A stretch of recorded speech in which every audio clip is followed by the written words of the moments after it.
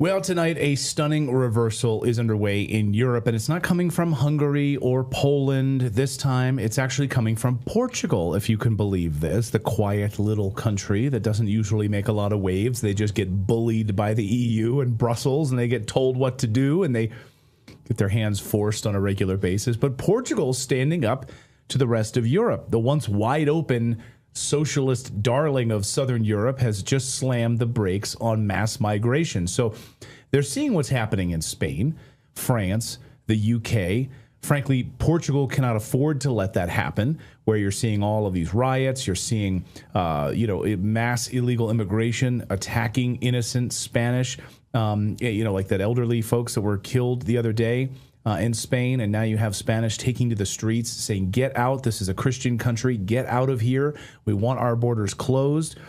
So, you see in the UK, of course, UK rapes are now through the roof, crime is out of control, civil services are being crushed to pay for illegal immigrants all across Europe, particularly in Portugal. Portugal, though, is saying enough, we're done. No more. Portugal's parliament just passed a landmark immigration reform bill that guts the so-called expressions of interest loophole. It's a policy that allowed illegal immigrants basically just to flood into the country and later then apply for legal status by showing that they had a job contract. So come on in, and use our services. But that's gone. Ciao. Até já. Bye-bye. No more.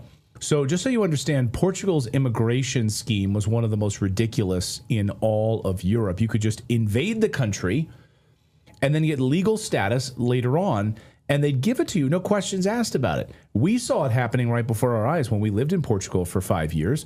It effectively turned Portugal into a magnet for unchecked migration, with tens of thousands of illegal immigrants gaming the system. Even though it was really stinking hard for us to get residency, we worked our butts off to isn't that amazing? We were legal immigrants. We came in legally, went through the whole process. We are Portuguese residents. Yeah, even though we live in the United States, but we have residency. But we had that. We had to go through the entire paperwork process. We did it all legally, and it was a huge pain in the ass. But if you were an illegal immigrant, just come across, and we'll handle the paperwork for you. See how this works? It makes no sense at all. It would overwhelm the public services all across the country, destabilize entire communities. We saw this happening firsthand. And who's behind this shocking shift? A center-right government that's had enough. The Chega party has pushed the government to say enough is enough. Even though Prime Minister Luis Montenegro, he's a social democrat, this move comes to thanks to more of the conservative members like you're seeing right here. This is André Ventura of the Chega party.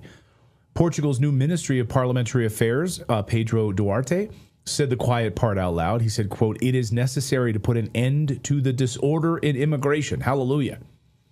They're calling this a return to law and order in Portugal. Imagine that. The Portuguese people have simply had enough. Now, under these new rules, only immigrants allowed to seek residency must already have a valid visa before entering the country. No more slipping across the border in broad daylight, because they don't care, and expecting a fast track to legal status. You can go right over the border, right from Spain, come on right in, no problem at all. They wouldn't stop you. Not anymore. It also comes after years of pressure from nationalist movements and everyday Portuguese citizens who watched their neighborhoods transform overnight. Crime spikes, housing shortages, strained welfare systems, all while political class, were lecturing them about compassion and diversity. You're racist if you don't want these random thousands of illegal immigrants coming in from Africa or all over the place. Doesn't matter. They'll lecture you, though.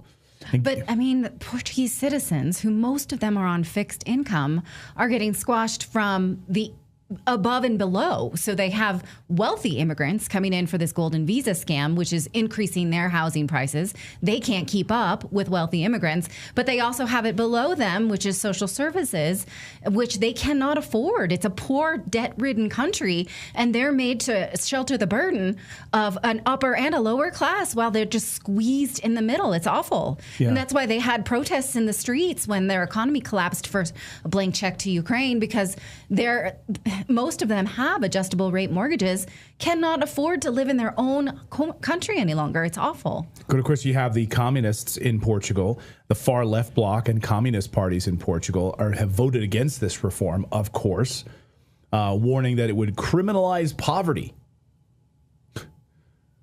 But it wouldn't criminalize illegal immigrants coming across the border without legal status. I mean, so it's going to criminalize poverty, but not criminalize criminals who are coming across. Okay. I mean, imagine how insane you'd have to be to believe these idiots, communists in Portugal. These communists are retarded. I hope the rest of Portugal starts pushing these commies out of their country. They are destroying Europe. Get them out of Portugal. Now the question is, will this trigger a domino effect across Europe? Will Spain, France, Belgium follow Portugal's lead? We've already seen countries like Italy and Denmark begin to tighten asylum laws. France is battling major unrest. Netherlands has seen its government collapse over immigration policy. Of course, don't expect CNN or the New York Times to give this any serious coverage. CNN Portugal, by the way, is one of the worst, most propagandistic news stations in all of Europe, if not the world. CNN Portugal is awful. And the Portuguese laugh at how bad CNN Portugal is. Like, you know, the Portuguese know that it's propaganda, full on. Now, just read thousands of comments if you want underneath when CNN Portugal publishes videos. Like, the Portuguese people know that they are a joke. In fact, they think that they're an export of the United States propaganda machine, and they're right. So like Western USAID garbage, you know, pumping a communist vision for Europe and using CNN Portugal as an arm of that. Just watch CNN Portugal's journalist talk about how she's physically ill, that Donald Trump is our president of the United States. Feel bad for her. Claro. Bom dia, Rita. Bom dia, Francisco. Também aos nossos telespectadores. Deixa-me já fazer aqui um disclaimer. Esta voz tem sobretudo a ver, esta voz anasalada tem sobretudo a ver com o abalo que o meu estado de saúde sofreu com a vitória de Donald Trump e com aquilo que tinha sido uma expectativa fomentada. So she's really upset about it. She's ill. She's physically ill because she's on CNN telling you that. Or this douchebag, this CNN anchor is trying to push fake news about Ukraine. This just happened this week. General Carlos Branco was on the air on CNN Portugal pushing back against the Western lies about what's actually happening in Ukraine. Like, I can't believe this actually happened on CNN Portugal, but he was telling the truth about Russia, and the CNN Portugal anchor just like freaked out, couldn't handle it. He's literally pumping out Western propaganda because he knows who pays his paycheck. Watch this little exchange.